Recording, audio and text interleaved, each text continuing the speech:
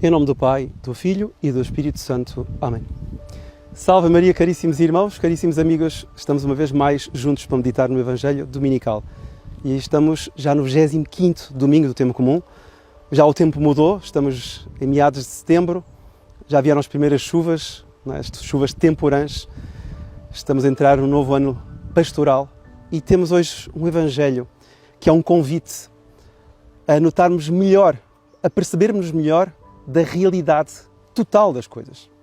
Porque hoje eu queria dar um enfoque sobre um tema que infelizmente não é muito tratado, é colocado às vezes de parte, nesse nota, quer dizer, é como se fosse quase um pecado falar sobre este assunto. Mas até para o introduzir, nós vamos falar sobre o 25º domingo, sem dúvida, mas para introduzir este tema, eu queria apenas contar um fato que se passou comigo, pessoalmente, há umas semanas atrás. Tinha ido a uma loja, no caso concreto, tinha ido aqui perto da nossa casa e falava com a pessoa da loja sobre a esperteza, como as pessoas são espertas para conseguir o que querem, como as pessoas fazem de tudo, enfim, às vezes até fazem falcatruas, dão a volta, artimanhas e não sei quanto. E então falava-se, no caso eu introduzia o tema, bom, e esperteza para fazer coisas boas, né, para fazer o bem. E a pessoa, o interlocutor, perguntou, mas esperteza, ninguém é esperto para fazer o bem. Não, é esperto, disse eu. Quer dizer, os santos foram espertos para fazer o bem. Os santos fizeram coisas extraordinárias. Não há nenhum santo bobo, não há nenhum santo parvo. Ora, o Evangelho de hoje, caríssimos irmãos, é a crítica do católico, do cristão bobo, do cristão parvo. Mas antes de lá chegarmos, nós estamos aqui já no capítulo 16 de São Lucas, e os primeiros versículos até ao versículo 13. E é muito interessante porque Nosso Senhor irá dar aqui uma metáfora em seguimento das três anteriores, como se recordam, na semana passada, foram as três parábolas da misericórdia. Não é? As parábolas onde Nosso Senhor procura aquilo que estava perdido. Não é? Em primeiro lugar, a ovelha perdida, depois a dracma perdida, a parábola da dracma, e depois a parábola do filho pródigo, não é? Que se tinha perdido e que voltou à casa paterna.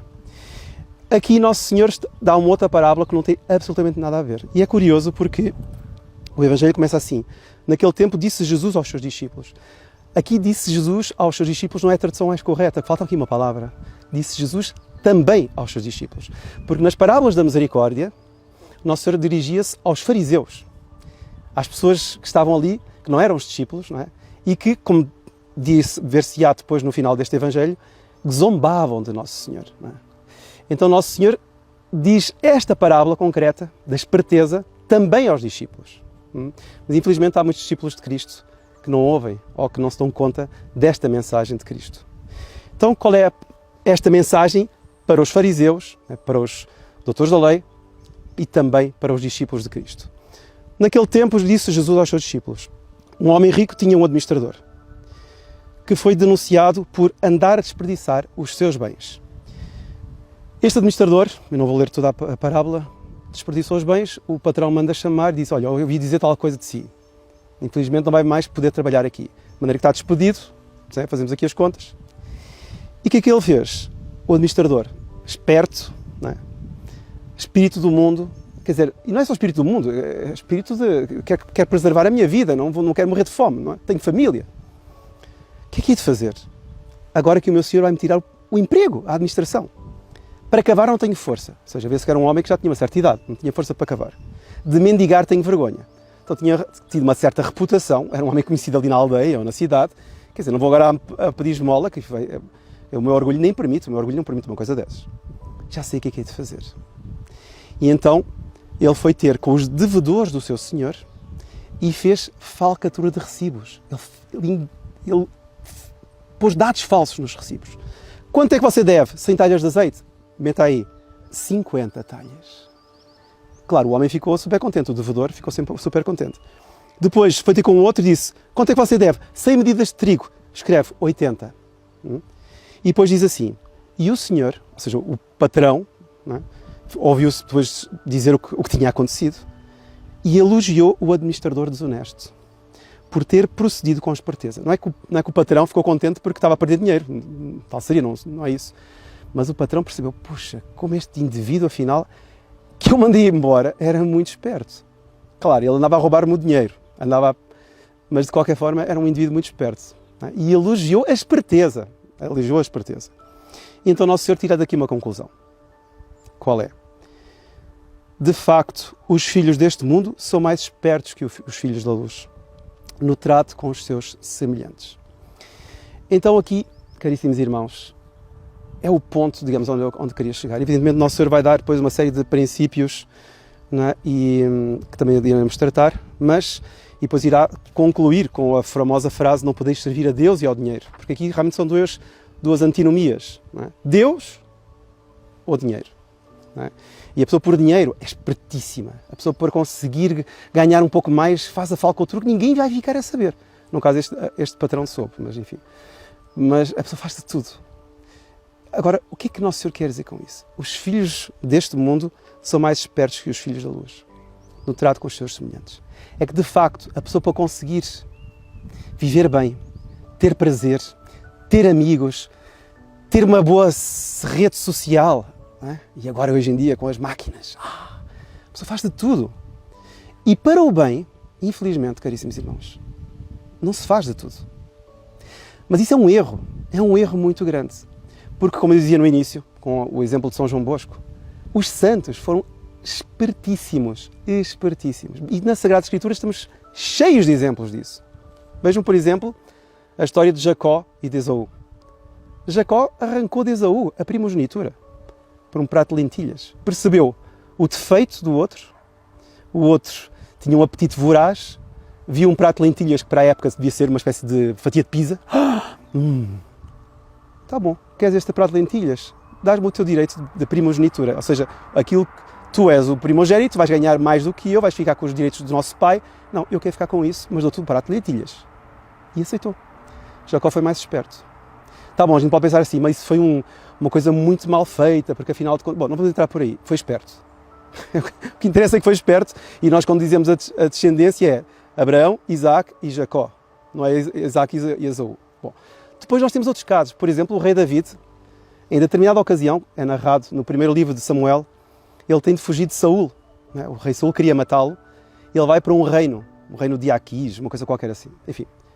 E ficou junto do rei. E às tantas aparece ali um indivíduo que era servo de Saul. E percebe que ali está David. E quer apanhar David para levá-lo a Saul para ser morto. E o rei David, quando percebe isso, não é? Ele não se faz de parvo. Ele finge de louco, finge estar louco. Começa a babar-se todo, começa a contorcer-se e o homem pensa assim, mas isto não é o David que eu ouço falar, que matou 10 mil, não é? 1000 matou de Saul e David matou 10 mil. Não pode ser, aquele grande guerreiro. E então acabam por não apanhá-lo e vão-se embora. E ele salva a sua vida assim. Nós vemos, por exemplo, a mãe de Moisés. A mãe de Moisés, é uma coisa inacreditável. Então, o faraó manda matar todos os homens, todos os varões. A mãe de Moisés, espertalhona, pega no bebé recém-nascido, coloca num cesto, coloca junto a uns juncos, sabendo que a filha do faraó ia passar todas as tardes por ali. E quando a filha do faraó está a passar, o bebé chora. E a irmã de Moisés vai ter com a filha de faraó, uma hebreia, vai ter com a filha de faraó e diz: quer que eu vá ver quem é que está ali nos juncos? Sim, vai lá ver. E ela vê, olha, é uma criança hebreia que está aqui. Quer que eu conheço uma senhora que pode amamentá-la, quer que vá levar. E a filha de faraó, claro, senhora, não é? Uma mulher, ficou toda encantada, não é? Com a ternura daquela criança, coitadinha, um bebê. É por mais que seja hebreu e que o meu pai tenha mandado matar todos os varões hebreus, não, leve então para alguém para amamentá-la. E a irmã de Moisés, não é? Quer dizer, a filha de faraó não sabia que era a irmã de Moisés, leva a criança para quem? Para a mãe, a própria mãe. Ou seja, e mais ainda, a filha do faraó ainda diz que vai ajudar a sustentação daquela criança. Ainda conseguiu uma sustentação. Além de salvar a vida da criança, ainda conseguiu sustentação. Depois temos Judite e Holofernes. Temos São Paulo. São Paulo que, quando estava quase para ser morto em Jerusalém, não é? Ele percebe que havia as aulas ali de fariseus e saduceus. E no momento em que estava para ser linchado, de repente ia ser apedrejado, ele levanta o tema da ressurreição. Eu sabia que é o tema controverso daqueles dois grupos. E começa uma disputa teológica ali sobre a ressurreição e a atenção volta-se toda para a disputa e ele salva a sua própria vida. Então nós vemos, e na vida dos santos, tantos casos. O que é que isto significa, caríssimos irmãos? Quando Nosso Senhor diz que os filhos deste mundo são mais espertos que os filhos da luz. É que, de facto, nós temos a ideia completamente equivocada que o católico, para ser um bom católico, tem de ser completamente ingênuo, tem de ser meio tolinho, não é? Meio parvo, meio bobo até, gozam com ele, não é? Batem-lhe uma face, ele dá outra, que ele nunca reage, ele nunca... É um parvo. Mas o católico não é isso. O católico... Não podemos imaginar um São Nuno Álvares assim. Não existe. Não era São Nuno Álvares Pereira. Não é? O que é essa astúcia? Não é? Porque o Nosso Senhor vai até dizer que temos de ser astutos como as serpentes. O Nosso Senhor vai dizer que temos de ser assim. É que, de facto, existe uma virtude, não é? Chamada sagacidade, que São Tomás comenta, São Tomás de Aquino, que faz parte da virtude da prudência. Então, a prudência é uma virtude que me ajuda a pensar retamente de acordo com o fim que eu quero alcançar, um fim prático. De maneira que ela ajuda-me a julgar bem as coisas para alcançar o fim, ajuda-me a aconselhar alguém e ajuda-me também a mandar, ordenar alguma coisa. Essa é a virtude da prudência. Nós temos uma ideia muito equivocada da prudência. E dentro da prudência, diz São Tomás, existe a sagacidade, ou a solépsia, que é um modo por onde a pessoa, em determinadas situações que são inusitadas, as situações que a pessoa não espera, ela, numa espécie de laivo assim, rápido, uma luz rápida de pensamento, ela consegue achar uma solução. Não é? E os santos tiveram disso, mas aos montes, como eu acabei de dar alguns exemplos. Não é? Ou seja, eles conseguiam tirar, para tirar partido do próprio Evangelho, para não morrer de uma forma estúpida e aparatosa, eles às vezes conseguiam fazer coisas que nós diríamos são esperteza. E são esperteza. O próprio Nosso Senhor foi esperto nesse sentido. Porque Nosso Senhor, quando lhe querem apanhar com aquela moeda, ele disse: de quem é esta efígie? Ah é? Ah é? Então dai a César o que é de César e a Deus o que é de Deus. Quer dizer, Nosso Senhor também não se deixava apanhar. Agora, porquê que então nós, católicos, temos de ser uns parvinhos? Por exemplo, se vem alguém criticar a nossa fé, né?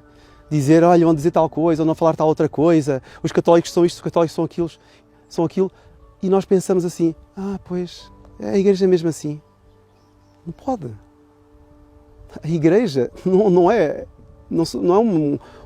um conjunto de pessoas parvinhas, não é? Sem argumentação, sem apologética, sem saber defender aquilo que acredita. Então, caríssimos irmãos, esta frase que Nosso Senhor apresenta aqui, os filhos deste mundo são mais espertos que os filhos da luz, a gente podia dizer, os filhos deste mundo são mais espertos que os filhos da luz, que, não são todos os filhos da luz, não, porque os santos não eram assim, os filhos da luz que vivem na superfície da sua fé.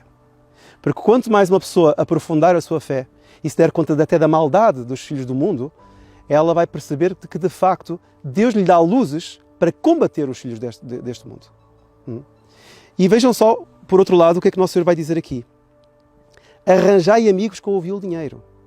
Ou seja, os filhos deste mundo, arranjam amigos, arranjam prazeres, arranjam bem-estar, arranjam todo tipo de bens materiais, né, com o vil dinheiro. E Nosso Senhor diz, se sois filhos da luz, arranjai amigos, mas que vos recebam nas moradas eternas. Ou seja, não são amigos bandidos, não. Não são amigos larápios, não são amigos assim que gostam de bajular, não. O que é que são estes amigos? Os amigos são anjos. Com o vosso dinheiro, né, fazei amizade com os anjos. Com o vosso dinheiro, ajudai o próximo, para que ele, salvando a sua alma, depois no céu interceda por si. Isso é saber ser esperto. Com o dinheiro, saber fazer o bem, pode ser que às vezes não me retribuam. Paciência, o bem está feito. Mas fazer o bem para que eu, salvando esta alma, levando-a para o céu, eu no céu depois terei um intercessor de mim mesmo, da minha pessoa. Então isto é ser esperto, é saber utilizar o dinheiro. E esta esperteza, caríssimos irmãos, nós temos de ter perfeitamente a nossa alma. Uma forma completa. O católico não pode ser um bobo, o católico não pode ser um ingênuo, o católico não pode ser um tapado que não se dá conta da maldade que existe à sua volta. Não é? Que não se dá conta que existe um pecado, como às vezes nós falamos com certas pessoas e dizemos, falamos de realidades concretas da vida e as pessoas, a sério, não sabia que as coisas eram assim tão más. Lá está, é o católico de superfície. É o católico parvo é o católico ingênuo que não se dá conta que os outros são espertos para o mal e então acha que todos são bobos como ele. Porquê? Porque ele não aprofundou a sua fé e não aprofundou a profundidade de um próprio mal, para perceber o que é a grandeza do próprio Deus. Deus não se deixa apanhar pelo mal. Não é? Nosso Senhor nunca se deixou apanhar pelo mal. Os santos no Antigo Testamento, no Novo Testamento, santos extraordinários, nunca se deixaram apanhar pelo mal. Saibamos nós também, caríssimos irmãos, ser espertos, mas na medida em que sejamos sagazes, sair das situações pela luz do Espírito Santo, pedir inspiração para que nos momentos difíceis nós sempre saiamos por cima e sempre façamos brilhar a luz da Santa Igreja e a luz de Deus. E que Ele, Deus Todo-Poderoso, vos abençoe. Em nome do Pai, e do Filho, e do Espírito Santo. Amém. Louvado seja nosso Senhor Jesus Cristo.